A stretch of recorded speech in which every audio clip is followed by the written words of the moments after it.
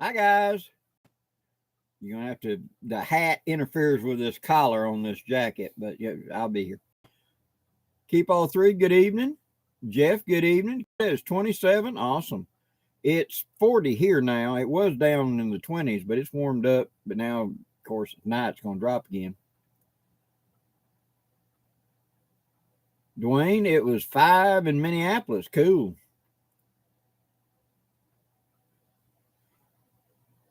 James, good evening, South Carolina. 33 in South Carolina.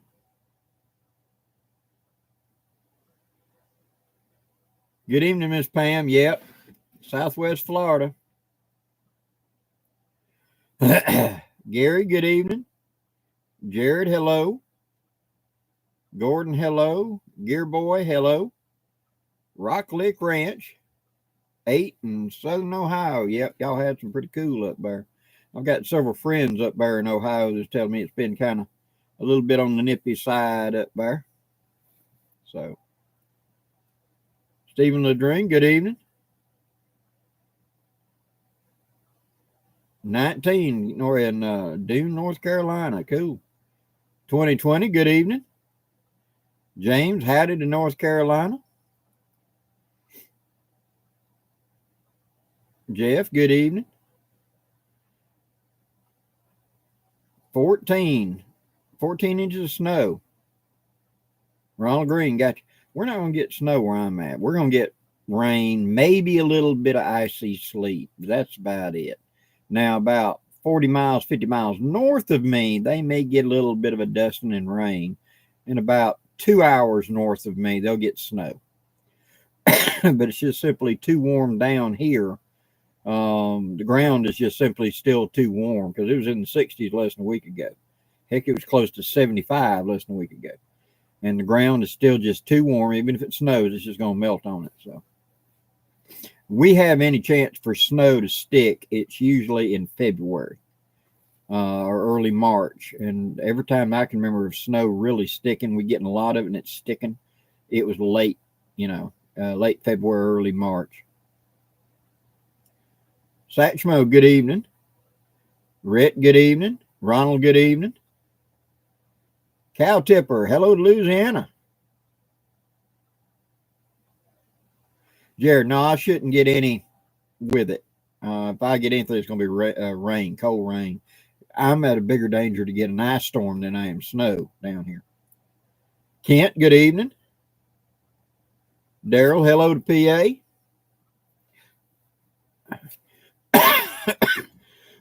Mark, hello to Toronto, Canada. Oh, JMV, hello to Central Arizona. Lee, hello to Southeast Australia. Thank you. Yeah, this old hat, it's had a few years. I've had this hat since 1993 or 4, 5 at the most. I think about 94 is when I really got it. So 30 years I've been wearing this hat. And I got another one just like it sitting in the closet. Because in 6 months of me getting this hat and me liking it, I went and bought another one. It's brand new, never been taken out of the box. It's sitting up there in the closet. So when this one finally gives up the ghost, I got a backup.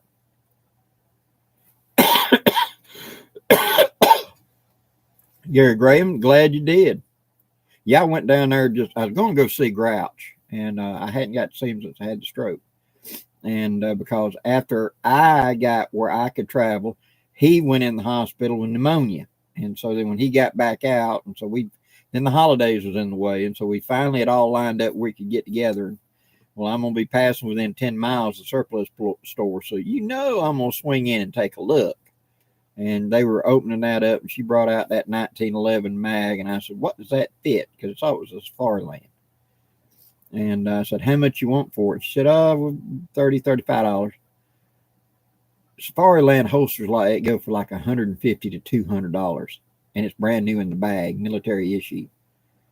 Yeah, Blackie picked up one because I've got friends that shoot 1911s like I do, and that's going to be a present to somebody. Mopar, good evening. Two guys in the Ozarks, good evening. Chris Bird, hello, brother. Stephen Ledring, how's Bear doing? He's doing pretty good. He's in the house tonight. Teresa, hello there. Jared, Blackie, what's your opinion of the Ruger 1022 for a survival rifle? Really good survival rifle. There's tons of accessories that you can get for that thing, so you can pick up additional barrels and all kinds of stuff to turn it into what you want. So there's tons available for that Ruger. Hello, Bear. Bear's in the house.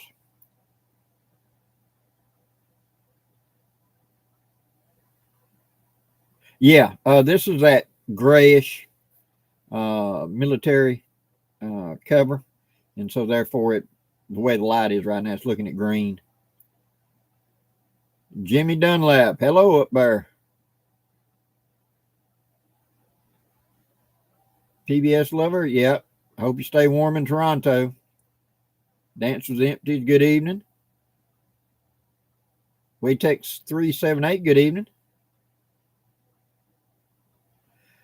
Cody, what would the downside be for hunting with Remington with a 58 revolving carbine? You get the flash coming around it. You're getting so close to your face when you touch it off.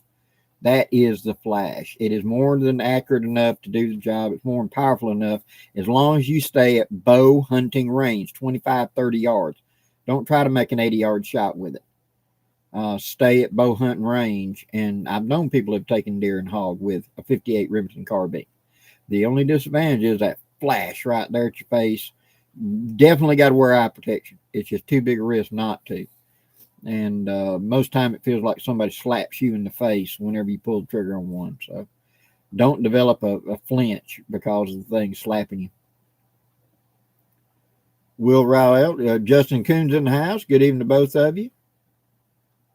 Remax, hello to North Florida.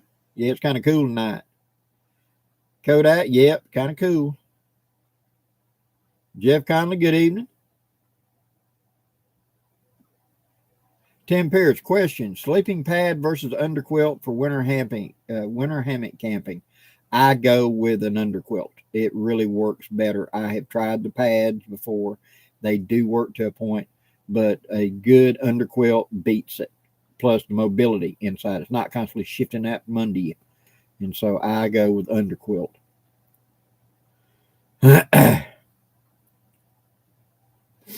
Will, how do you like the Kimber 1911s? The early ones I liked. Then they had a span there where they kind of got a little on quality control. I haven't tried any of the new ones. But the ones from several years ago they first brought out in 1911 were good guns. And then they got into kind of like a quality. And so it depends on when it's made, to me, at least. I have not tried the new ones. I understand they've cleared up a lot.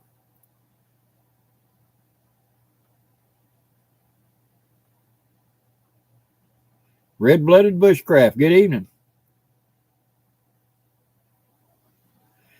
Blackie, can you elaborate on where to get Norwegian fisherman socks? I got mine that I got from Sportsman's Guide. They got some in. I do not know of a source right now, but thank you, Amazon Internet. Do a search for that and put in there Norwegian fisherman socks, because that's how they were called. For those of you that don't know, there was one size fits all. They showed up and they were about that wide and about 5.5 feet long. And you put them in the washer and you put them in hot water and you throw them in a hot dryer and they shrink smaller and get thicker and thicker and thicker. And you shrank them down till they fit you. And they were great socks. By the time they shrink down where they fit me, they went all the way up to the crotch. I mean, the full length of your leg. They were as thick as my pinky of wool. It was like wearing a blanket on your leg. They were great. So try them out. I mean, if you can find them. I haven't seen them in years. I still got a pair, but haven't seen any in years, but I got mine from Sportsman's Guide.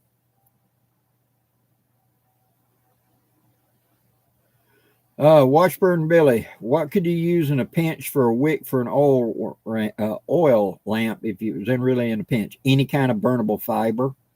I have twisted up a mop, cotton mop before, one of those. I've taken cotton rope, I've made cordage and soaked it and burned that before. So anything that will wick and pull, it'll work.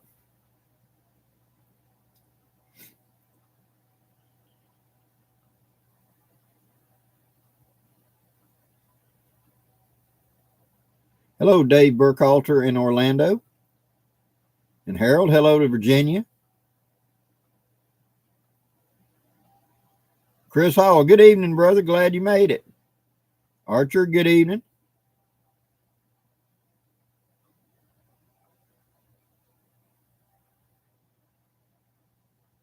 Oh, now, Metalworks. There was a Marlin bolt action that took 22 short, long, and long rifle. Looking for another one. God, hold on. I'm probably dead wrong, but my memory wants to say it was a Model 51. Because the 59 was the semi-automatic. They looked alike, but there was the 51 that shot all of them. There was a tube-fed bolt action that was the 51. Then there was a magazine-fed version that was a 52. And I think there was a 54 that, no, I think it was 51, 52. So I think it was either it's going to be like that, a 51 or a 52. But and that, God, I'm trying to remember something 40 years ago, so I'm probably wrong. But I know the 59 was the semi-automatic, and it was in that 5 range. So, Andy Knight, good evening to South Georgia.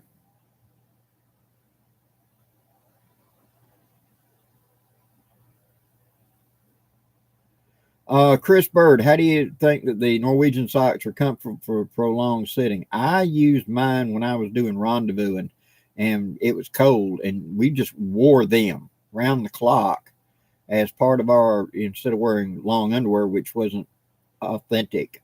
I wore them, and I wore up to 4 and 5 days at a time. And that was the beauty of them. If they ever started getting stretched out of shape, you just put them in hot water and threw them back in the dryer, and they shrunk right back. So. Jared, Blackie, what do you think about the Preston mesh kit Dave Cameron just put out the video? The Preston mesh kit is a really interesting design, and I would like to see it in the modern materials. The originals are great idea, but they are collector's items and very pricey. And so it could be done. I would like to try one. I'd like to update the carrier a little bit differently to have just a flap come over with a buckle.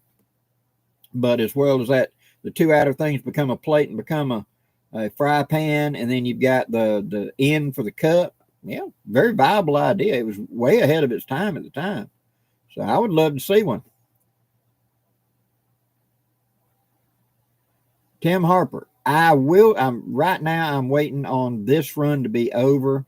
I'm in the time zone right now where I'm supposed to get the run that paid in November and all should be arriving to me any day now.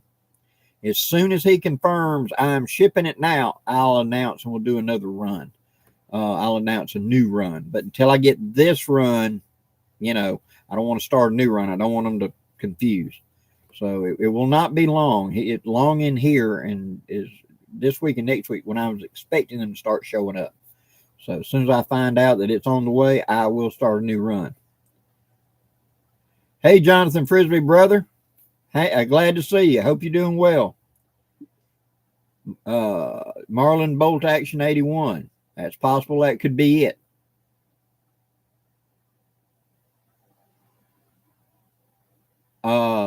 Leo 37, thank you very much. Chris Evans, thoughts on the 40 caliber auto round? Good round. It came out of the 10 when Cooper and them brought out the 10 millimeter, and the FBI adopted it. And at the time frame in the late 80s, early 90s, they didn't have good bullet ballistics with it. And what happened is that bullet was so short and round, it looked like a tuna can, and it porpoised And so whenever you shot at close range with a 10, it was okay. But when you started going out like 20 yards or something, groups were ridiculous. And it's because the bullet was doing this. It didn't have good longitudinal mass. It was as tall as it was wide. When they slowed it down to make it stable, that was the 40. And so a 40 S&W and a 10 millimeter is the same round except for the length of the case. You should be able to fire a 40 and a 10, but you can't shoot a 10 in the 40 because it's a little bit longer. They just shortened the case of grunt and called it the 40. And so it's a very viable self-defense and hunting round up close. So it can, especially now they've had 30, 40 years of improvement on it. Very good cartridge. Washburn Billy, I saw a video the other day where a guy claimed that a bronze bore brush ruined his rifle barrel. I used to build long-range custom rifles, and I'm here to tell you that if a bronze brush ruined your barrel, you didn't have a barrel to begin with. Because the first time you fired a jacketed bullet down that barrel, if that bore brush could have ruined it, a live round would have ruined it. So you don't have a barrel.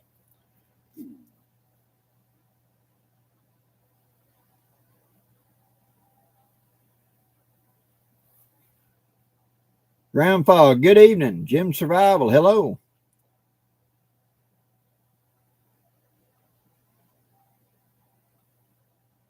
Yeah, Clement 37. You may have to just contact them, because I know they get stuff in, but I mean, it was years ago I got mine, so I don't know.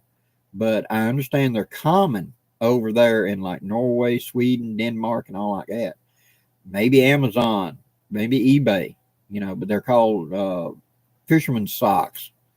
It's a common name for them. Norwegian fisherman's socks. That's why I do a search for it. Donald Gideon, good evening.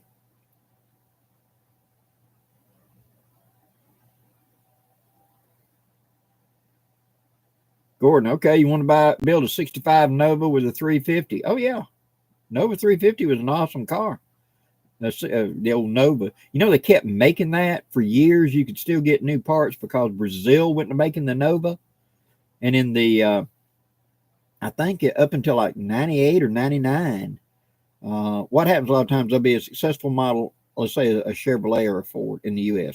And when that model goes away, they'll take the tooling and they'll send it to Chevrolet like in Brazil or wherever. And they took the Nova and they sent it down there to Brazil. And for like 20 years, they were making Novas down there. And I had a friend that was really big into Novas. And he was getting new hoods and new fenders and new trim. And because it was like I think it was a 1965 Nova or 66 Nova. And he could get all the trim pieces because it was still in current production. Just for that year model, they didn't make the other model, just that model. They sent the tooling down there. And so one of those things. And there was like LMC does truck parts. I could get truck parts for years. They also do that, I think, for Novas as well. So go look at LMC. It's amazing the parts are available because they're coming from there. They're still using the original material. They're still using the original stamping and just making the parts for them because they're still making that kind of car.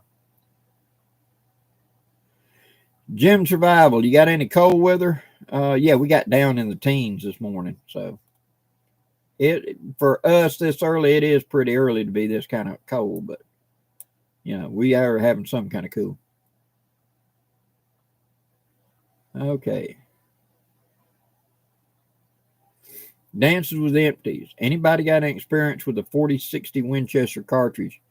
Any advance, any advice on loadings? I have loaded the 4575, and I've loaded some of the old Sharps cartridges, but I have not done the 4060. But there is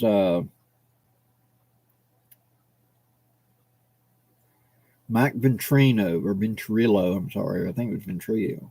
He did a book on Sharps as well as his handguns and lever actions. And I believe he covered the 4060 in there. So you might want to check out for that. Carlos, good evening. Yeah, Richard, Honorable Outfitters and them are talking about doing it with Dave and them. I know they're all together. I talked to Honorable Outfitters 101 at West Virginia when we went up there. And I encouraged him. I just kind of gave him some idea of what he was up against in mass production and etc. So hopefully between him and Dave and all them, they can get enough interest to make a run of them. I'd like to see it. I really would. Leo, how was your visit with Grouch? It was good. I mean, he was in good spirits. He was feeling good. And so him and me and the dog sat there and just talked for about 2.5, 3 hours. He finally got where he was a little tired, and I could tell he was ready to take a nap. So I said I was going to go on and just ease on out and let him take him a nap. But he feels the weather change like I do. And so this cold had come in and it was hurting him pretty bad. So, but I will be doing more of it soon. I will try to go back about the last week of the month. I'm going to try to, like, every 2 to 3 weeks, go down there and spend a couple hours with him. And hopefully next time he'll feel well enough to let me run the camera and we'll record some more of it. Preacher Man. Yep, we ain't got no danger. Well, it doesn't appear to be any danger of losing power. We're just going to get rain, some maybe a little sleet. That's going to be about it for us. Chris Hall, yep, down there in the single digits up there.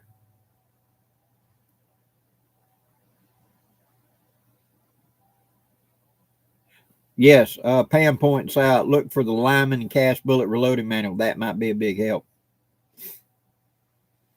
And I know that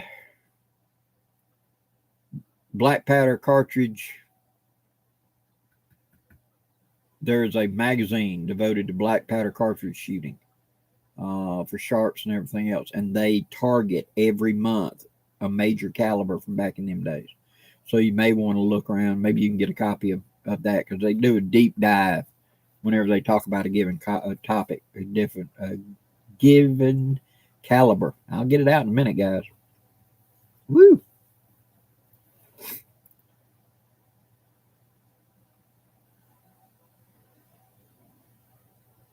Gary Grantham, glad you enjoy it.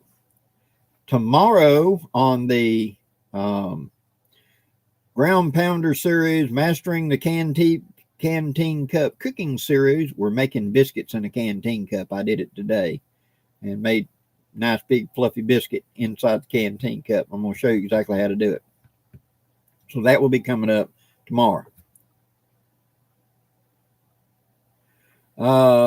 David, have you ever used 1095 steel for making knives? Yes, they'll make a decent, good working knife. And I like 1095, especially if something's going to take a lot of abuse, because that's a good tool steel, and it's designed to bend rather than break. And so if you're using a heavy use knife or something, they're really good to make, like, meat cutting knives, cleavers, things like something where you got to really bear down on sometimes. 1095 is a good choice for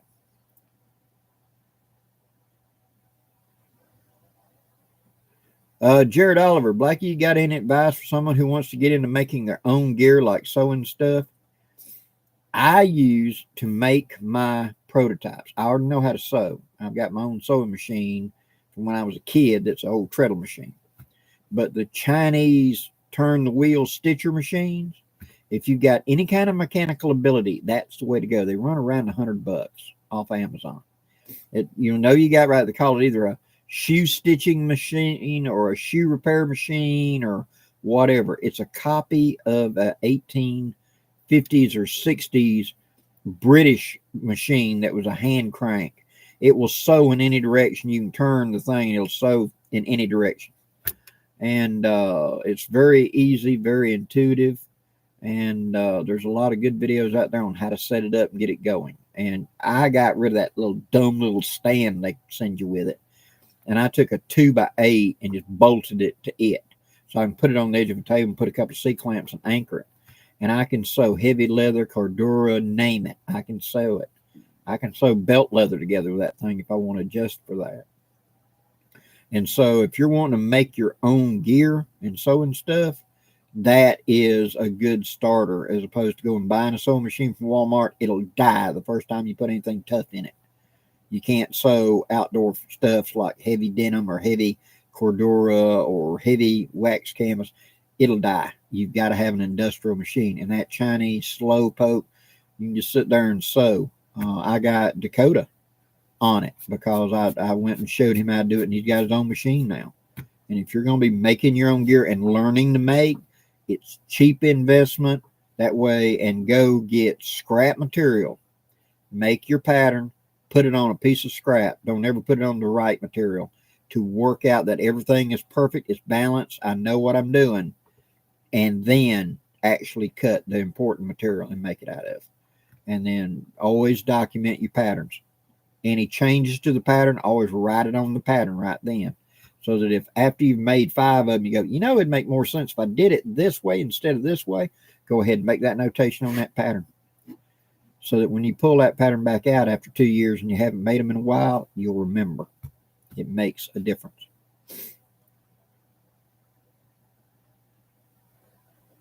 Paul, how are Blackie, how are things over your way? 33 degrees here in Brisbane and about to storm.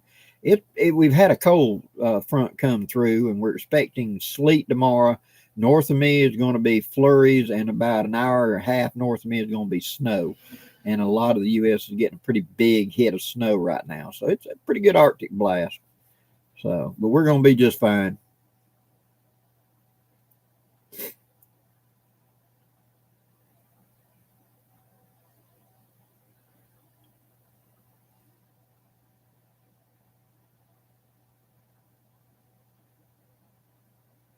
Oh, yeah, PBS, the old 43 Singer Electrics. Yeah, they were tough. The one I got is an old Singer treadle machine. Besides that thing, I'm talking about my old antiques. A treadle machine made in 1892. I've sewed a canvas teepee with that thing before. You know, we dug a hole in the yard and set the whole, you know, the sewing machine and the bench, the whole thing, even with ground level, so I could sit in the hole and be at even level, so we could take them big, huge sheets of canvas and run them through that machine, just dragging them through as we worked the treadle. And we sewed an entire 22-foot Cheyenne style teepee. That was a labor of love, I'm here to tell you. I only did one. I'll buy one next time.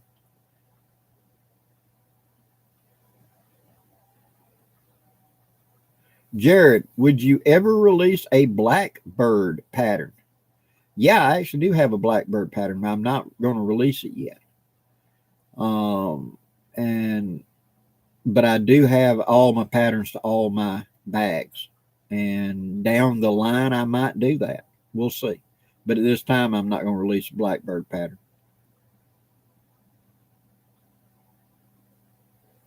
Mike Wright, Blackie in the UK. I was wondering how is Bear, not seen him in a while last couple of months. Bear was on here just a minute ago. Bear Mike Wright, WRIGHT, was asking about you. There he is. Bear as always. He popped up.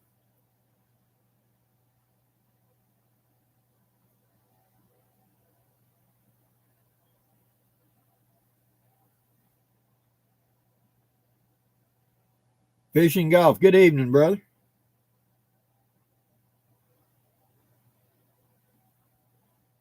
Yeah. Bear shot a couple of new videos we got together the other day, and we're getting together this Saturday, probably in the afternoon, and shoot some more videos for him to be able to post up on his channel. So y'all stay close. He's going to be posting again pretty soon.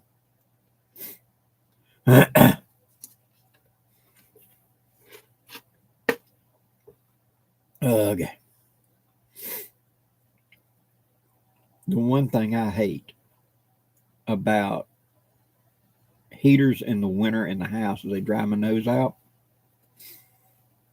And it gets where it's like you got a cotton packed in your nose or something, you know. It's like you just can't breathe. I don't have this happen when I'm out in the cold and I'm camping. It's just whenever I'm in a house or something and the heater just dries out my sinuses.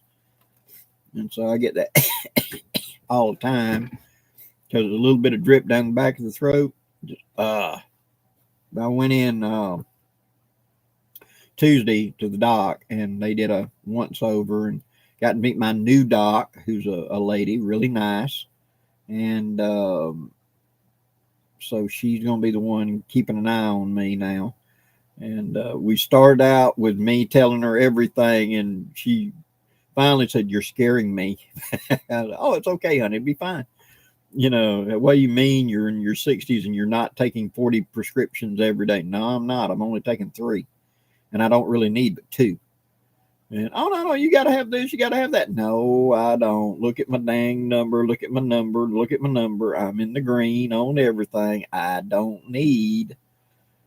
Well, by the end of it, we'd come to a good understanding. But I mean, that you sound like we need to prescribe. No, ma'am. It's just because the air dries out in winter and the heaters dry out my sinuses. That's all.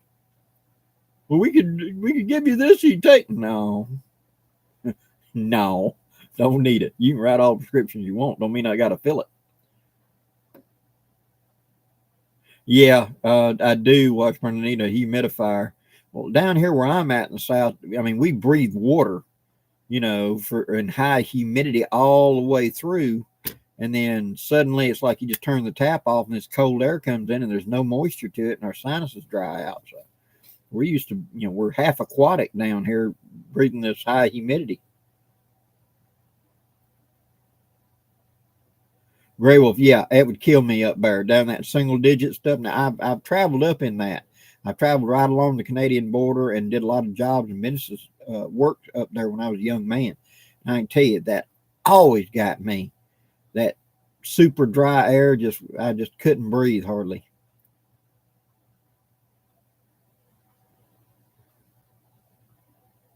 Dance was empty. Do you know of Blackie? You know of anyone that makes reproduction of a canvas World War One or two first aid haversack?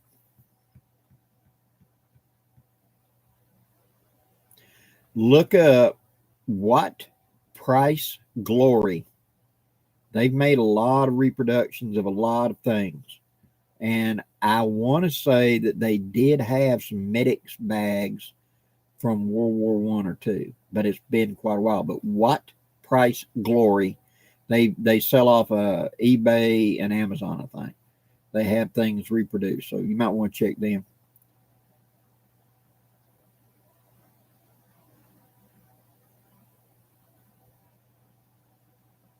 Preacher man, exactly. That's how reason I was taught to use it. One is to do your own work.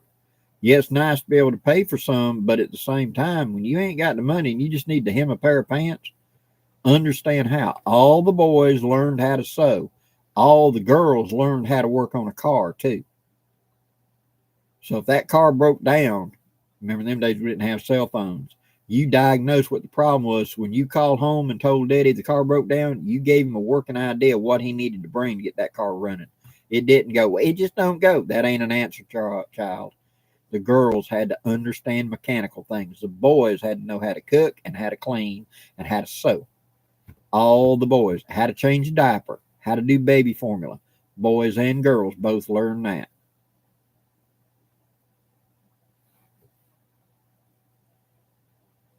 Scott Rose, how do you get around no campfire regulations when you still want to camp out? You're going to have to run stoves of some kind. Now, I tell you what I have done for an open fire in certain things like that. Like we would be going to a school to put on a demonstration or something. I'd bring 3 or 4 buckets of playground sand, 5-gallon buckets full of playground sand, pour them together in a place and build the fire on top of it. They don't want a burn ring. Ain't gonna be a burn ring. Because when I get done, I'm shoveling all that sand back in the buckets, casting what little left, and that's it. There ain't no burn ring. So it just depends on where you're at. But other than that, you got to run some sort of stove or something.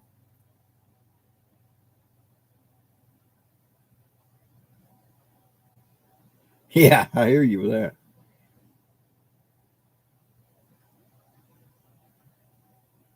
Anonymous, what about a series on hearing protection? I can do that for the shooting. It definitely is something you need to do. And I often will carry hearing protection when I'm camping in the summer, just earplugs because of mosquitoes. I mean, you're underneath your mosquito net. They're not going to get to you, but they'll be like, right there at the thing and wake you up. So I learned to just put earplugs. Anything big enough to be a danger will wake me up wearing earplugs. So.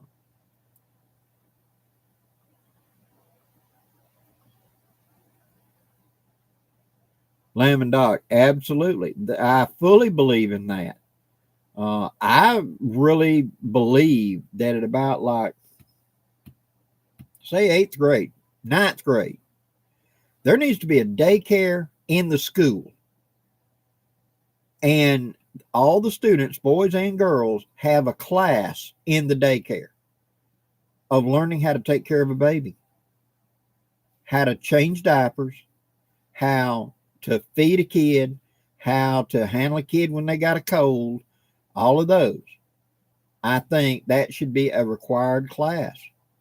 You know, the United States Marine Corps sends its Marines to baby class for all these expeditionary forces so that when they're called upon to come into a disaster area, these Marines are trained in how to take care of a baby, how to take care of a kid, how to do whatever. I mean, they are trained to do that because you're the first responder, so to speak, and you've got a major catastrophe. And we're not coming here for war. We're coming here for relief and trying to save lives. And the mamas are dead, and you got babies everywhere. Marines are trained to take care of that baby. You know, a grown man it better be able to do diapers and make formula up and feed them and burp them and everything else. They have a class they take for that. And I think that all kids should have go through it because one, it's one of the best birth controls there is. Don't you want your own? You stay in a class with screaming youngins, you know, once an hour a day. See how many of them they want. Two, they'll have a better working knowledge when they do have their own. I believe every one of them should do it. Used to, it was a cultural thing where grandmama and mama taught you. Now that don't happen. You know, most moms today just hand them the damn phone and tell them to play. They don't really take care of a kid. I believe it needs to be a class that kids need to be taught. Okay, let me catch back up. David, have you used the carbon steel skillet like the coal handle on your camping trips? I have. I have actually took it out one time, and there will be more videos coming on that very shortly. I've been using it in the kitchen too. It became the skillet in the kitchen, you know, for 2 weeks now for me to get used to it. So yeah, I will be doing more videos with it very soon. Chris, Blackie, how about a series on reloading cartridges with shot shells? I can't do it on YouTube. I may be able to do it on Rumble. And it's because the way that YouTube views it, making ammunition is considered modifying ammunition, and so they don't want you to do it. You know, and so they will take and blacklist your entire channel because you showed how to hand load ammunition. So I may be able to do it on Rumble, but I won't be able to do it on YouTube.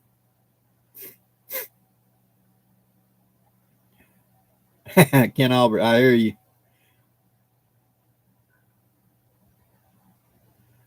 Joel Nichols, good evening. Mike B, I agree. I think all of them, because in the world that we're in now, where U.S. forces may be called in at any time to go and assist from a natural disaster, I think all the services, Air Force, Army, Navy, Marines, all of them should go through that training so they know how to take care of kids, take care not just of combat wounded, but of the psychological wound. If you got, you know, this mother, she done lost all of her kids in this disaster, you know, that type of training. They don't consider it military based. It ain't. But if we're going to be putting military into that position, we need to train them for that job. And that prepares them mentally for what they're going to face in that position. And I think all the should be trained for that.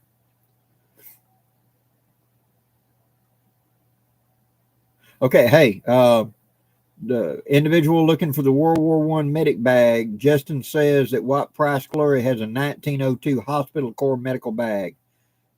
So you may go look at that What Price Glory. US M1902 Hospital Core Medical Bag. That's a good one. Thanks for looking that up, Justin.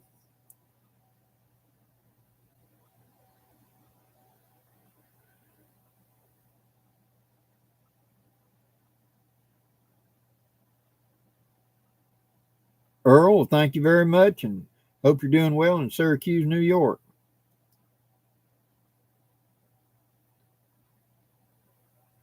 PBS Lover. Yep, there are YouTube channels that have made powder and shells.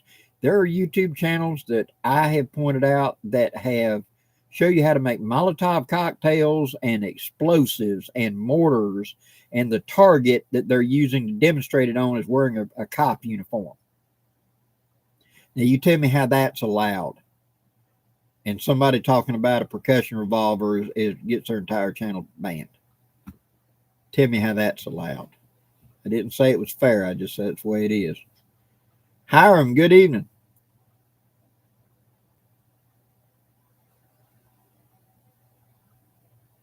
Oh, yeah, I could auction off my hat. Ain't gonna happen.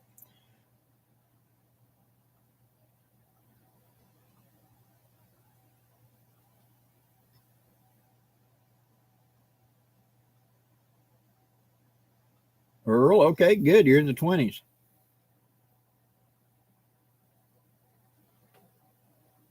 Patriot Preacher, good evening to Ohio.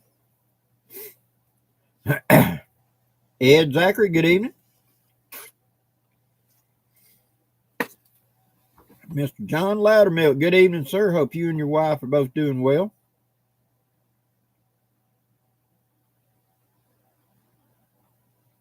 Yep, Blue Bandit. Remember what old Wild Bill Hickok said? Never touch a man's hat.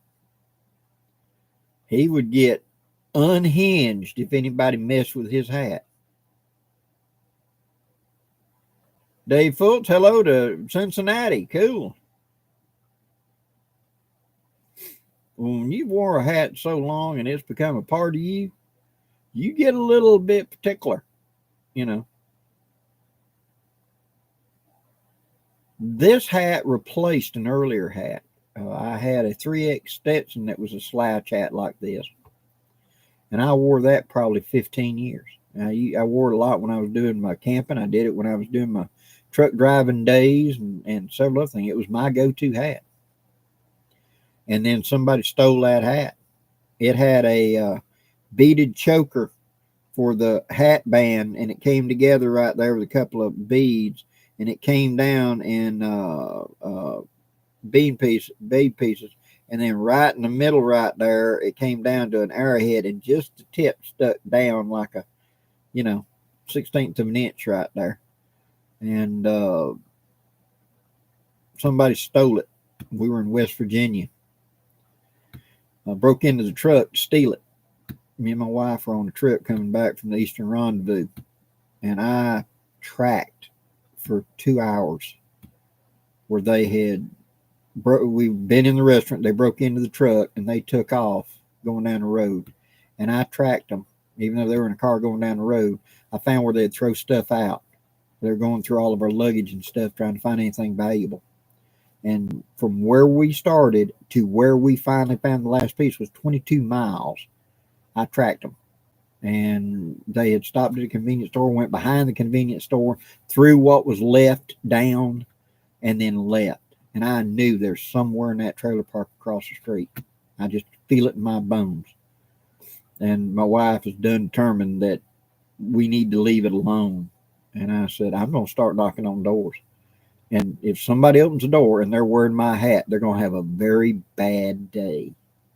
And so she finally got me to abandon it and come on home. And I ended up with this one. Hey, the way it was meant to be.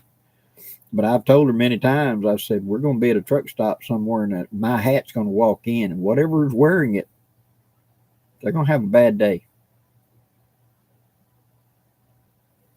Anonymous, can the shock of one going off fire another? No. The flash can run around if the bullet in the chamber is not 100% truly sealing. it can run in that way. Most often it runs in around the nipple in through the flash hole, because the flash of this one knocks the cap off and you got an open back there, and the flash of the next one hits the frame and turns in, and you get a second one. But the shock itself cannot detonate it. Blue Bandit, cool. Drove a lot of miles.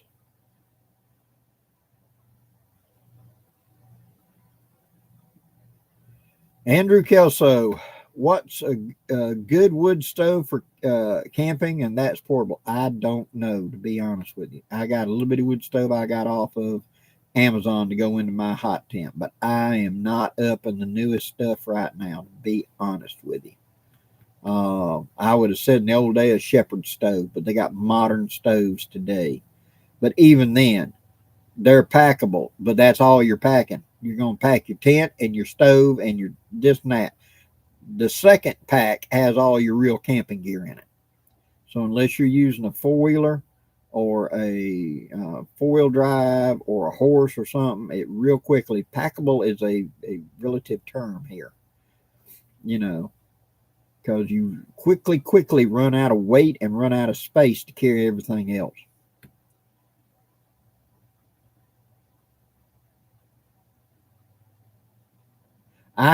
David, I have used Tops knives in the past, but I have not tried the Bob.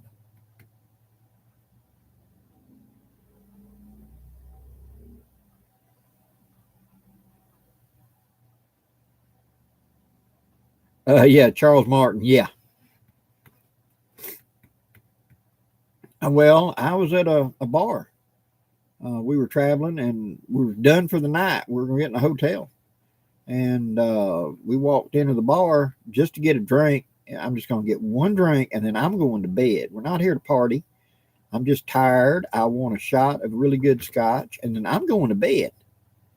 And this honky tonk honey spun up beside me and pulled my hat off my head and put it on her head, I guess trying to be cute. And I went, honey, you're pretty. You ain't that pretty. I'm sorry. Made her a little bit upset, but that's okay. You know.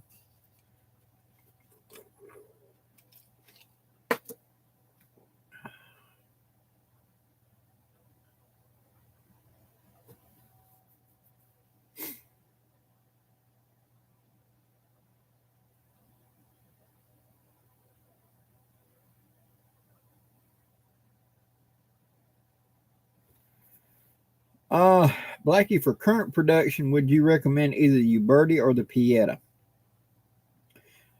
At modern time today, I would really recommend the Pieta, to be honest. In the past, the Uberti was a better gun by far.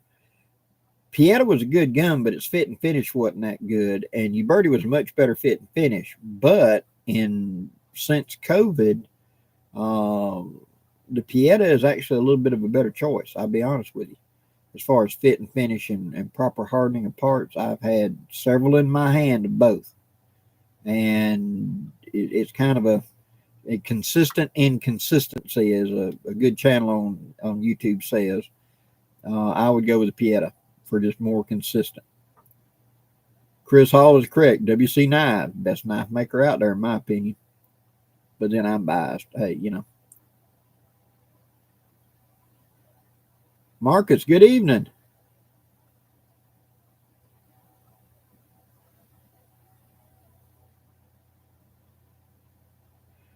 Anonymous, the black powder cartridge ought to hold less than the original charge, thus work on a brass frame. No, the brass frame itself hammer pings from the recoil. And that means it's not truly stretching. It means that the frame itself is kind of battering in. And so the steel cylinder gets a running start, and the steel locking lugs hammer into the frame and get deeper and deeper, and your cylinder gap gets bigger and bigger, and your pressure goes because now your cylinder gap's opening up because the cylinder's going back. And it can cause all kinds of problems. And the brass frames are a lot tougher today than they were many years ago. I'll give you that. And I would have no problem owning a brass frame today for just a regular shooter and etc. But cartridge conversion type deal, no, it can't take it. Well, I take that back. It'll fire. And then in short order, and I'm talking about probably less than 200 rounds, my guess is you couldn't hit a garbage can with it at 10 yards because that cylinder gap's getting out, your gas pressure's getting out, the power level's getting down, and it's just hitting all over the place where you don't want to shoot nothing. I've had a friend of mine, close friend of mine, who wanted to argue with me on it, and he had a cylinder went in 1860, and he put it in a brass one to prove me wrong. Go ahead. And he had a gun that would hit all shots within a 2-inch square at 15 yards. After 2 shooting sessions, him trying to prove me wrong, he couldn't stay on a 10-inch plate at the same range. And you could take the cylinder and go click, click, click, click, click, click, click, click, click, back and forth in the thing. You looked at it, and the locking bolts were battered to the front because that's the only thing holding it. And you looked in the frame, and it looked like you'd taken a chisel and just started beating it in. Brass is that metal just won't handle it with that cylinder jumping back. It just don't hold up. That's the reason they won't proof it, because otherwise people will be returning them saying it was defective and I want a new gun. It wasn't a new gun. It's the materials made of. Can't handle that. That's all. What about the best gun oil for when it's cold? If you're looking for something natural, olive oil does a great job. And historically, that's what they used. Back in them days, they called it sweet oil. Today, we call it olive oil. But any of the modern lube oils will work for lubrication. I like my bore butter and stuff because it'll work even when it's super dang cold. My gun butter, I've had people give me feedback where they were in 28 below zero up in Canada, and it was still creamy and functioning then. So it should work well.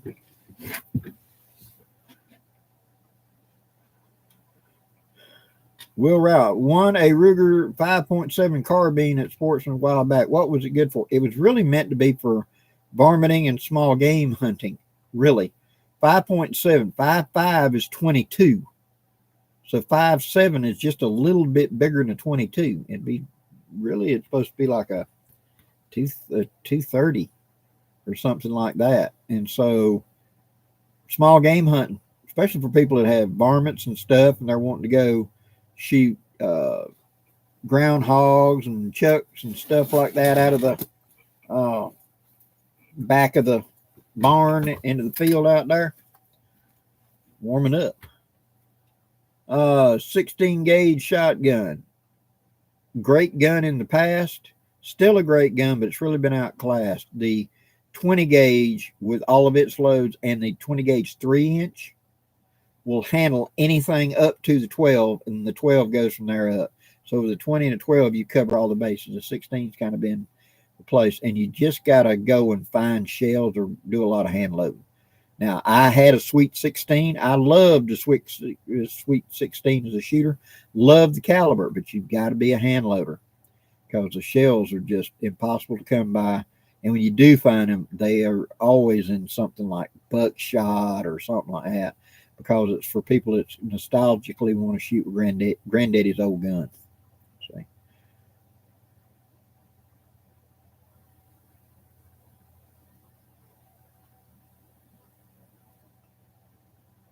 Carl Smith, good price for the MS Sleep system. Jeff, thank you very much.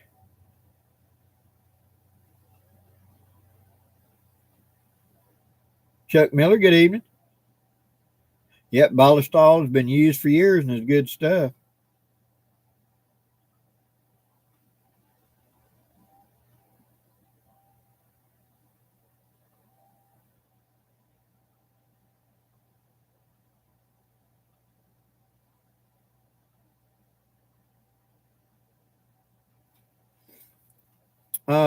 Gordon, you got a 51 Navy and case hardened frame. I was thinking about a cartridge conversion cylinder. Should I get a gated or the Taylors with it? What are the downsides? If you get the gated, you've got to modify the frame to make it fit a little bit and clearance it. I would recommend, if you're just going to get just a straight drop-in cylinder, don't get the gated. Just get a drop-in cylinder with all the firing pins and set it up like that. The gated, if you want to make it into a true cartridge conversion, just like they did originally, and going to leave it that way and probably not revert it back to being a percussion, I would do that. And so just, if you just want to swap it back and forth, just get the drop-in cylinder without the gate on it. David, do you prefer the Ruger Blackhawk or the Vaquero? In the old days, I would have said the Blackhawk, but the Vaquero is actually pretty good nowadays. So I think that'd be a fair swap. It depends on me on which one's got the best price on it, to be honest. Good night, Miss Pam. Thanks for dropping in. Lemon Doc, been thinking about a 410. 410 is a very good cartridge. Pricey. It's double the price of 12 or 20 gauge. Get into reloading so that you can reload it yourself. 410 is a great self-defense gun in the Judge pistol. It is actually just a revolving shotgun. Don't think, well, I'll drop the 45 Colt and shoot the 50 yard. You look down the barrel, there's hardly anything. It's just this illusion-like of rifling, so that it's just a shotgun. And so when you put a 45 Colt in the back of it, it's just sort of a slug. And so it doesn't have great accuracy. It is a shotgun and meant to be 20 yards or less. And so using one for bird hunting, whatever, out of a full-size shotgun, great little light gun, especially if you want to shoot light stuff, small stuff up close. And my uncle killed 3 or 4 big white-tailed deer with a double-barrel 410 because he'd shoot slugs out of it, and he'd put a rear sight on the gun where he could shoot it, and he could keep most of his shots onto a coffee can at 50 yards with it, so he could use it kind of like a smoothbore rifle then.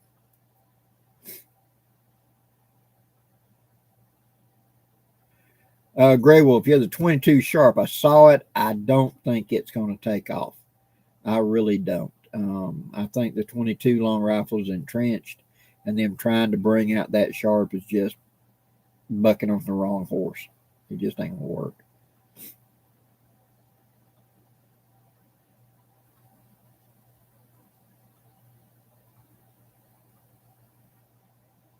Yeah, Chris, I had the bolt actions, but it wasn't in 16. I had it in the 12 and 20. They were kind of poor man's guns down here. Of course, we all wanted pumps, but there was nothing wrong with them bolt action 16, 20, and 20, 16, 20, and 12 gauges. They were actually really good guns. Had decent triggers on them too.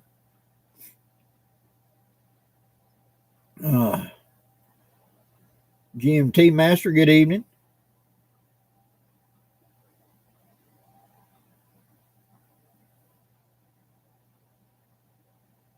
Yeah.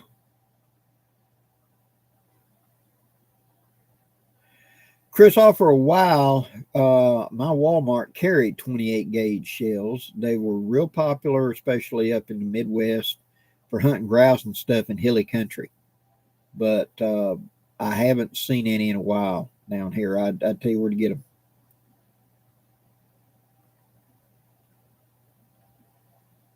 Tom H., good evening to Ohio. All right, let's see if we can open up the nose a little bit. Big paper rub. That was a boy. That was a boy, and you get the head all plugged up where you couldn't breathe, and you're like, couldn't blow, you couldn't do nothing. It just didn't make a difference. You just plugged up. My granny would go reach into the back of the refrigerator, pull out that little mason jar, and it had horseradish in it. I mean, the real stuff, horseradish. And she'd get a roll of toilet paper and sit it down in front of you. Forget Kleenex. We didn't have Kleenex. We had a roll of toilet paper. And she'd take a saltine cracker and she'd dip some out and smear it on it and say, here, boy, eat this. Well, the first one wasn't too bad because you couldn't breathe. By the 5th one, either the dam broke or your head exploded because, by God, it would open you up. and you went to blowing, blowing, blowing, and that's what that roll of toilet paper was for. Just put the trash can over, start blowing, start clean. But it would clean you out. It'd get you breathing again. And then I discovered wasabi. That'll clear you out too. Yeah, Brute. I had to. I was a sickly kid, and my nose would get all raw. And every time I'd blow my nose, my nose would crack and bleed. And my grandmother started taking Vicks. She just give me a thing of Vicks. They carry it with you. Every time you blow your nose, coat your nose, and it'll keep your nose from cracking. And it did. It's always been anytime I got Vicks vapor rubs with me somewhere.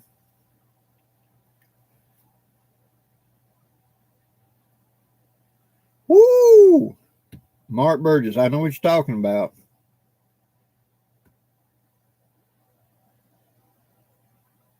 Marcus, how do you buy some of my gun butter?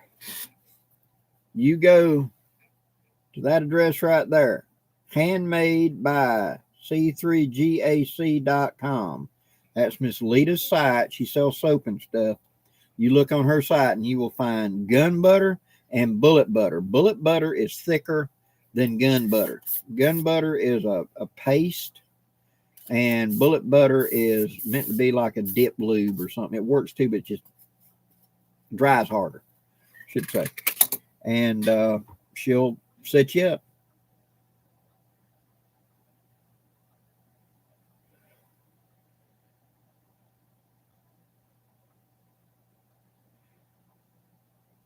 Washburn Billy. Yeah, a 28 gauge it's between the 410 and the 20. And it has a payload of almost the same as a 20, but it's a lighter powder charge. And it was used predominantly for birds up close. And where it really shined was out in the big sage fields out west and up in the mountains for grouse, stuff like that, where the bird is going to pop up and he's only going to be 15 yards from you. And so a 410 was a little bit light because those birds had good feathers and that acts like armor. And a 12 and 20 and 16 was overkill, and it's just going to pop up and then land again, and disappear into that. You're in waist deep sage. And the 28s became the gun of choice. And a lot of them. So, yeah, and the 32 gauge. You don't see 32s anymore. But I have even seen a Remington 1100 in 28 before. I had a manager years ago that custom ordered one from the Remington back in the 70s, and it got a Remington 1100 in 28 gauge. I had never knew such a thing existed. Make 6 gauges great again. 6s, 8s, they were all 4s, 6s, and 8s were outlawed. The only thing you can hunt with is a 10, a 12, a 16, a 20, a 28, and a 32 and a 410. There is such a thing as a 14 gauge, but it was a British gun and it has 3 primers in it. And so you have to have a gun with 3 firing pins to hit all 3 of them at one time. And it was something that the British came up with for India. So.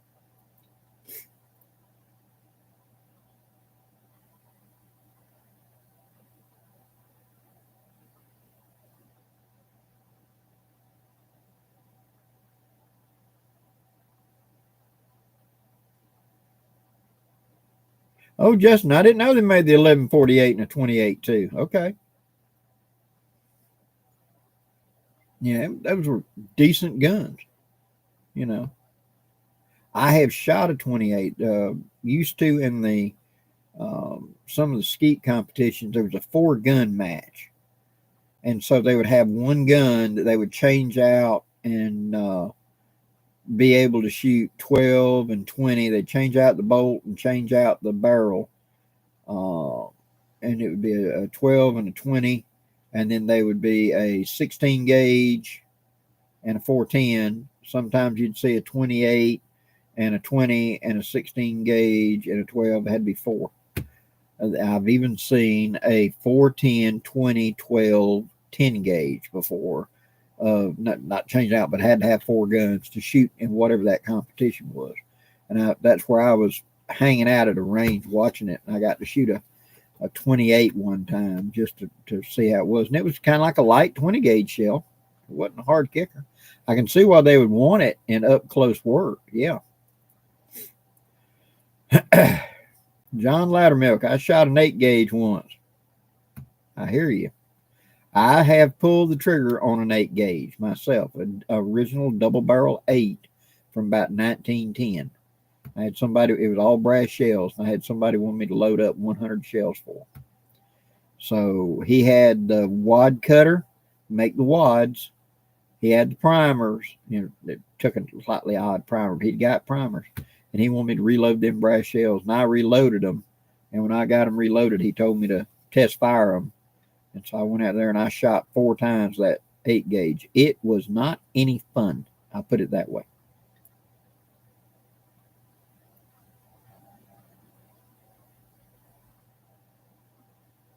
Oh, Grey Wolf, cool.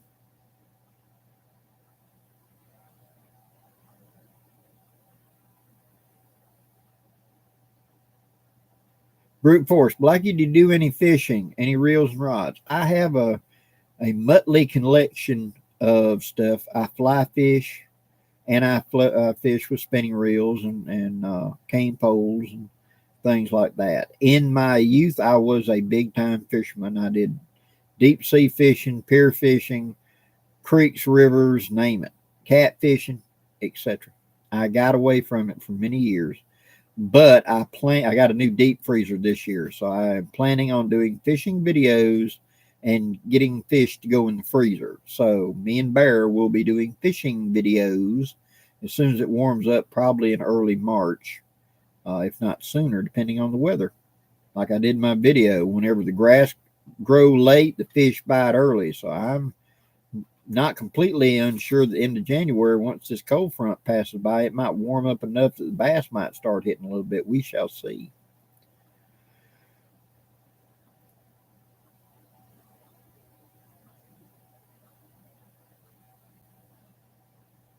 Dean P. Blackie, how long have you had that hat? Since 1994 or 5.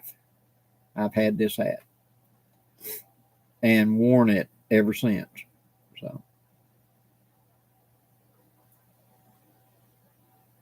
Andrew, yes, I have done quite a bit of fly fishing, but now what I do is not technically truly fly fishing. Down here in the South, I do what's called splat fishing, which means I use little bitty flies and things, but not like nymphs and things like that. I don't go for trout. I'm going for bass and brim. And so I use woolly boogers, I use spiders, I use several little bitty small lures that I flip out there and flies, popping bugs, things like that is what I use. I was more interested in that bass and brim. We don't have trout where I'm at. So therefore, learning all those super tiny little and looking for the hatches, no, that's not me. We don't have that down here. So I've never got into that. Blue Bandit, Blackie, what's your favorite big truck? Well, if you're talking about a full size truck like a modern pickup, it's a Chevy, a 1978 or 79 C10 with a little bit of custom work, step side. Man, that's near and dear to my heart right there. And I love an inline 6 engine. I had an inline 250 that I rebuilt to about 305 and then put a 4-barrel intake on it, and had a Holly 4-barrel in it. No, excuse me, Edelbrock 4-barrel in it.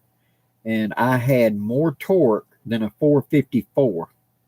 We took it and dynamoed it, and my torque numbers was within like 3 or 4 foot-pounds higher than the 454 Chevy. Of course, now she had a maximum forward speed of about 80, but at 55 or 60, she'd cruise along and she could pull a house while she wouldn't have had a 12-bolt rear end in it.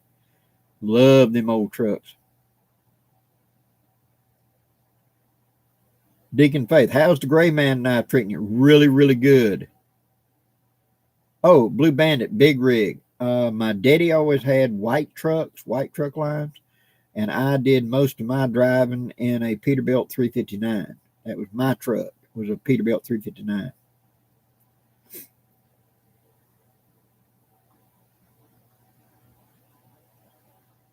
Yep, wasp nest larvae work as well. And one of my favorite lures to do that is if you go and look, and it's really a little bitty skirt, and it's that opaquish, pearlescent, like white, itty bitty thing about like that, and then it's got these little tendrils coming off of it. Okay, and you're supposed to hook it on like a beetle spin or something, right? I hook it backwards with a small hook going in from the bottom. That way the tendrils face up the line. And I'd flip it out there and it'd hit, and then I'd do this little twitch, and then them tendrils, it kind of looks like a grub with his guts hanging out. And bass and brim can't stand it. And pow! And usually you might get one or two fish before the lure just gives up the ghost. And I'd have to trade it out. So I'd buy a whole package of them for like $2. And I'd usually fill up a creel with that, knowing the places to go. But that was my favorite lure, definitely.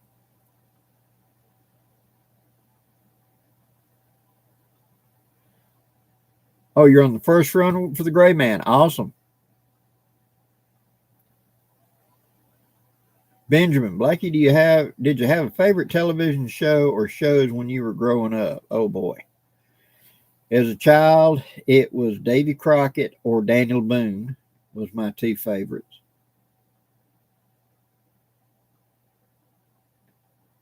Yeah, Davy Crockett or Daniel Boone.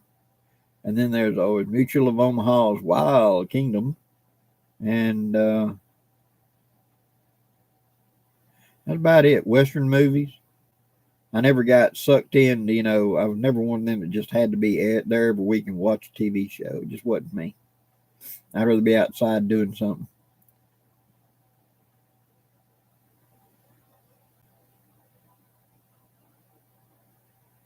Yep, and then came Bronson, the Wild Wild West. Got you. GM, Blackie, have you ever been to England? No, I have not. I've been in a plane. I have been on a Air Force KC-130 refueler out over the North Atlantic, refueling a group of Norwegian fighters coming across off of Nova Scotia. And we flew from there down to Guantanamo Bay to refuel a flight of Marines. I was transporting military components and had to be on military flights. That's the furthest I've ever been out of the U.S. Now, I've driven to Canada and Old Mexico before, but I've never been overseas other than just flying out in the North Atlantic.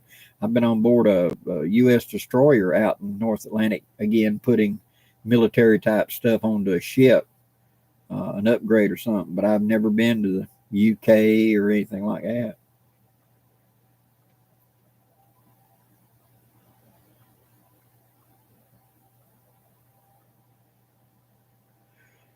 Didn't Davy Crockett come to the President Jackson's rescue after the assassination attempt? I don't know. I do know that Crockett and Jackson had a confrontational relationship. I'll put it that way.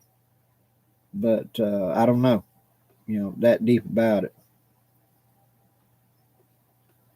Living on Bull Shoals. Good evening.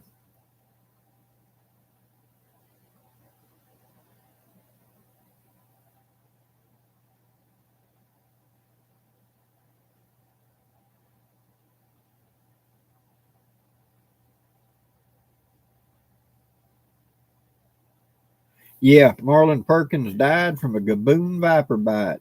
Yeah, bad snake. Well, Marlon had made his name going around the world finding creatures and stuff like that. And, when he started doing the Wild Kingdom type stuff, he was really more of a figurehead, really. That's the reason he was always, well, I sit here and drink a martini. John's going to wrestle the baboon. That type deal. But he did eventually I think you're correct. I seem to recall they were filming and a snake got him. But kind of a bad way to go out.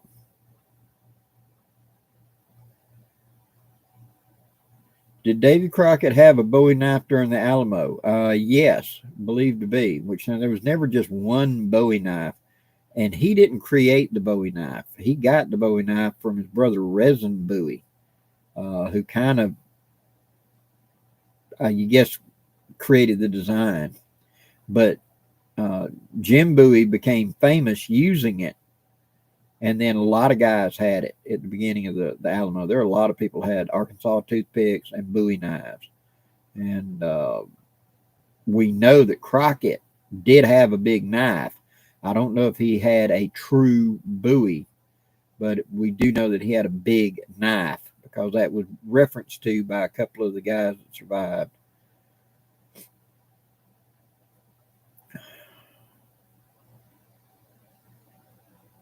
Will, what's your favorite brand or model of double barrel? I was a poor guy. I liked Savages when I was young. Remington back in the day had a very nice, sleek double.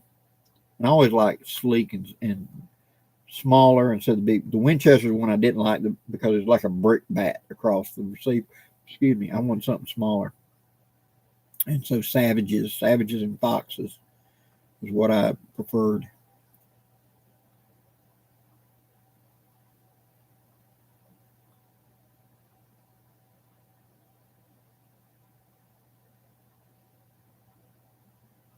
Oh, cool. Ken, you're descended from. Awesome.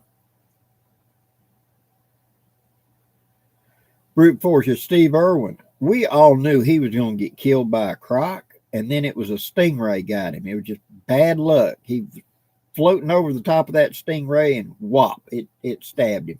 Just bad luck.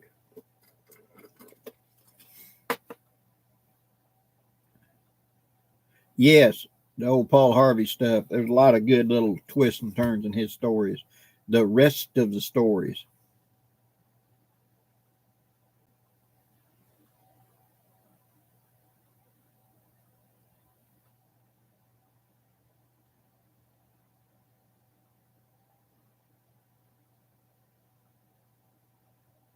Yeah. Jim Fowler, Tonto. Yeah, you go do it. Nah. Marlon got a little old in the tooth and really shouldn't have been doing it anymore, but I guess the contract was good, so.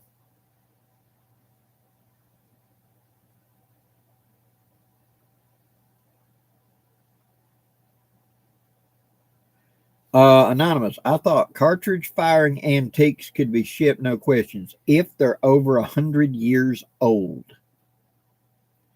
But if you get a modern gun that's a copy of a 1872 open top, it is a modern firearm and you still have to go to the paperwork. But if you got an original that is itself over 100 years old, it can be shipped, no questions. But any cartridge can fire. That's reading that we're in a gray area right now because I can buy the black powder revolver, percussion revolver, 1860 Army. I can then go buy the cartridge conversion cylinder and drop it onto it. But am I in violation? That's going to come down to what you did. If it ever gets involved in a crime, if you're ever arrested with it or whatever, you can bet they're going to claim it's a firearm just because of that. It's one of those gray areas. But if a gun is over 100 years old, if it was made prior to, I believe the number now is up to 1919. So if you had a 1910 gun, you don't have to do paperwork on it because it's an antique. Theoretically, okay. But we're getting into a gray area. They're going to have to revise because World War II stuff's coming pretty soon.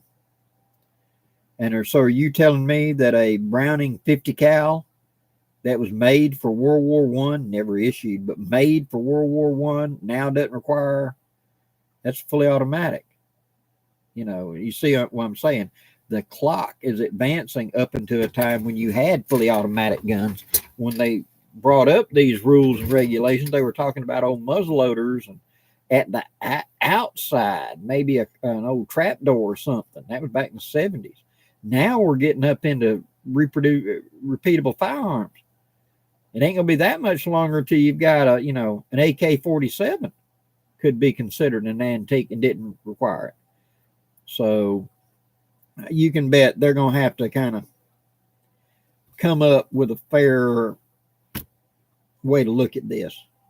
And putting a cartridge into a percussion gun in some states and some municipalities, it becomes a firearm then, and you are therefore liable for it. But if it's just an antique, you can get away with it within reason. I'm sure there'll be exceptions to the rule. It's kind of like the casinos. The house always wins.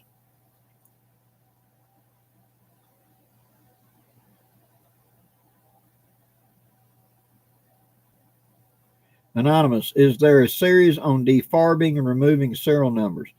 I have showed how to antique, but not how to strip serial numbers and stuff, because the stuff I'm doing it on is percussion guns.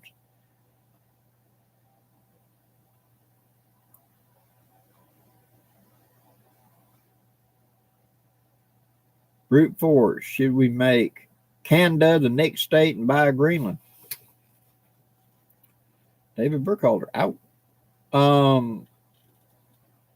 Tactically, we've tried 4 times to buy Greenland. When we bought Alaska, Seaward's Folly, we tried to buy Greenland then.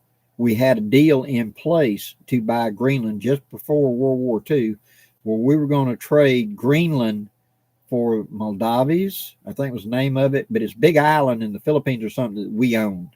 We'd trade that to Denmark for Greenland, and then Greenland was going to trade that to Germany to get this land in the top part of Denmark that Germany owned back. Well, they ended up getting it back at the end of World War II, so the deal never went through. But strategically and all, yeah, getting a hold of Greenland would be a great thing in the long run, because the Northwest Passage is becoming open.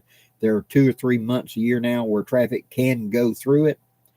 And that isn't going over Canada. It's kind of going through Canada up there in those waterways going through. Canada considers it kind of like intercoastal waterway to them. But if Greenland is the front door and Alaska is the back door, if we own the 2 doors, we get a bigger piece of the pie now, don't we?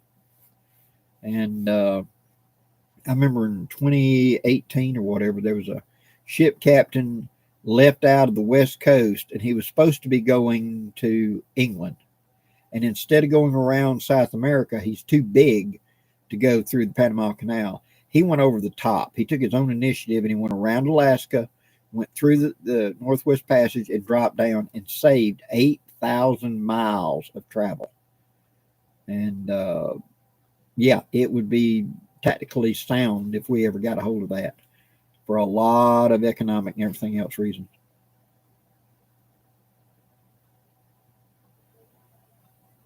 Blackie, what's the cure for a really stiff loading gate on a 4570 Marlin stainless steel guide gun? Usually what's happening is that spring in there is jammed up. It's not fully seated down, and so it's too high up, and you're trying to bend the metal rather than actually compress it. It's too high up, and you just need to get into the gun and take a look at that spring and see why it's doing that.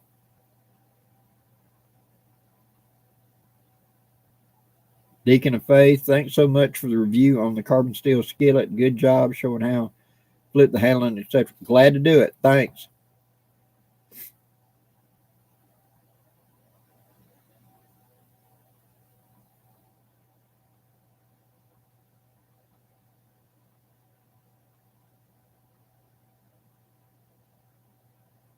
Oh, yeah. Greenland's got a ton of natural resources. Take a guess how many people actually live in Greenland. 57,000. That's it in all of Greenland. When we got Thule Air Base up there at the height of the Cold War, we had like 10 or 15,000 living on Thule Air Base for the Cold War. And we were like a quarter of the population of Greenland. And most people in Greenland like America and prefer to be with America. So, you know, and they're semi-independent, which means that their own parliament probably could take a vote, and it could happen. We'll see.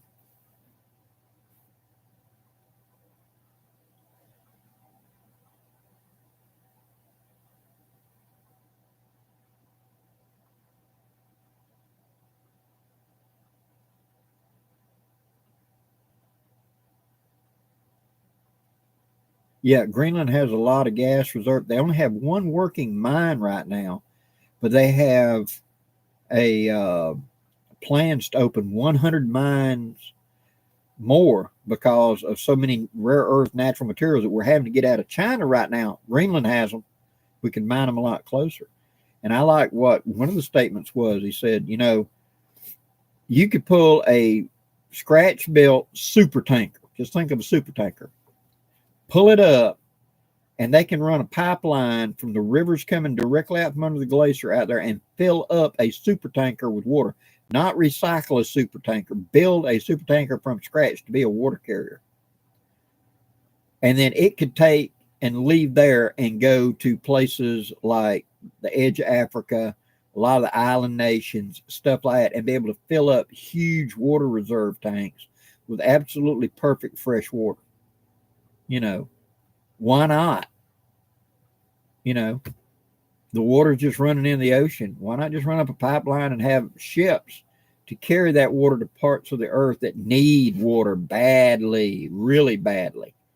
You know, get a couple of million gallons of water, pull up and anchor off the coast of Africa, and some of these, like especially along the Ghost Coast and stuff like that, where they're super short on water. It could be a real game changer, you know, and that might be a money maker as well. I mean, if we can ship oil from one side of the planet to the other, we can ship water, you know. And when they start doing hydrogen vehicles, that pure glacial water is really good for that. There's not a lot of contaminants in it. So, hey.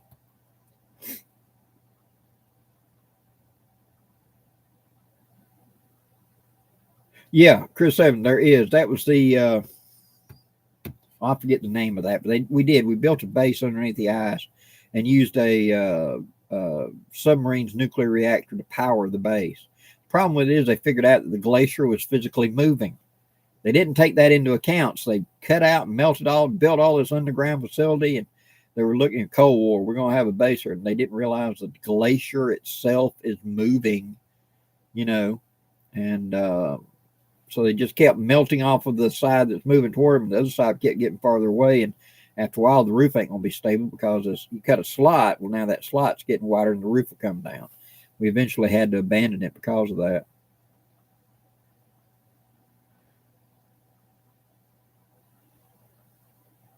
Brute force. Blackie, what's your typical minimum amount of acres of land to live off of? 5, 30, whatever, creek or whatever.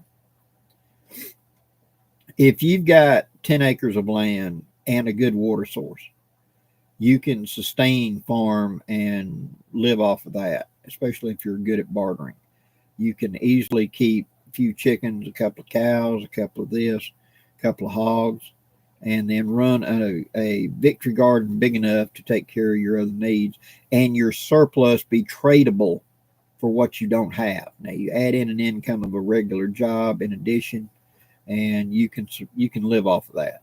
Somewhere around, in where I'm at, around 10 acres, you can live off of it. Now that doesn't mean it isn't going to be lean at times, but you can do it. And I know a lot of my family survived off of 5 acres during the Great Depression. I don't say how they did it. My granddaddy had to raise 8 kids during the Great Depression. 8 kids. He lived in a 24-foot by 24-foot cabin, 1-room cabin. 8 kids, him and my grandmother. And somehow they didn't have a big hunk of land. I think they had like 5 or 6 acres. That was it. And yet they found a way. So, bang, bang. Good evening. Doing pretty good.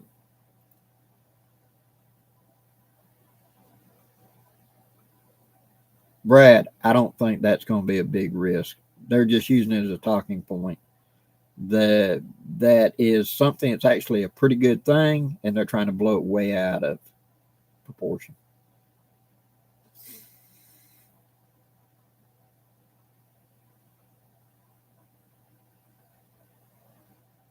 It'll kill. Good evening, and thank you for your kind words.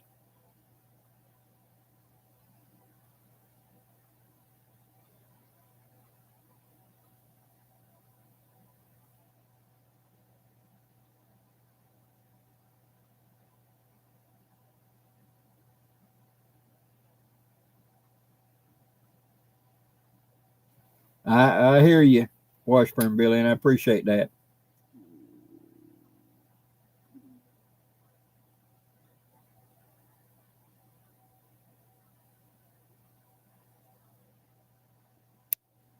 Well, Ed Zachary, thank you very much.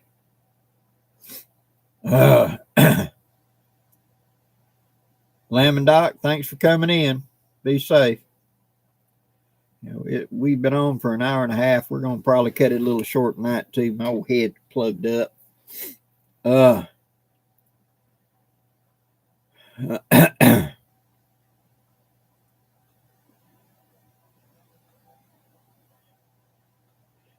boy.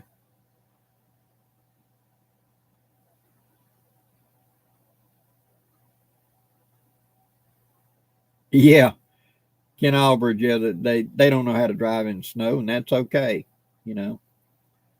But we don't get snow down here. It's gonna be like kids, looking out the windows, everybody trying to look at it. So yeah, I wouldn't want to have to drive a rig through here tomorrow, because especially up around Birmingham and all like that, there are gonna be people wrecking left or right because they're more interested in rubbernecking, trying to look at everything. So it would be pretty bad, I think. Will, how do you like the Cimarron 1887 12 gauge? It's interesting, but to be honest, it's a little bit awkward. When Browning made that gun, he didn't want to make it. He wanted to make a pump. And Winchester didn't want a pump because everything they had was lever action. So they wanted him to make them a lever action. So he made the 87 lever action. And it was not a great commercial success. And Spencer's pump was dominating the field. And so finally, after just a couple of years, they relented and said, okay, you can build a pump. And that became the 93 and then the 97 Winchester shotgun, a far better gun. Now, I have shot and I have played with the 87. They're fun guns, don't get me wrong. But it's never going to replace a pump. And it is a little bit finicky on its loading. So you've got to be very consistent in how you shuck it. You got to shuck it. It's a Klingon weapon and bring it back, and it's just a little bit awkward. It'll kill. Blackie Water some tips for being overwhelmed when things go south. First, consider that everybody else is in the same boat with you. 2, don't broadcast what you got and don't tell anybody what you got. 3, look as destitute and scared as they do, even if you're not.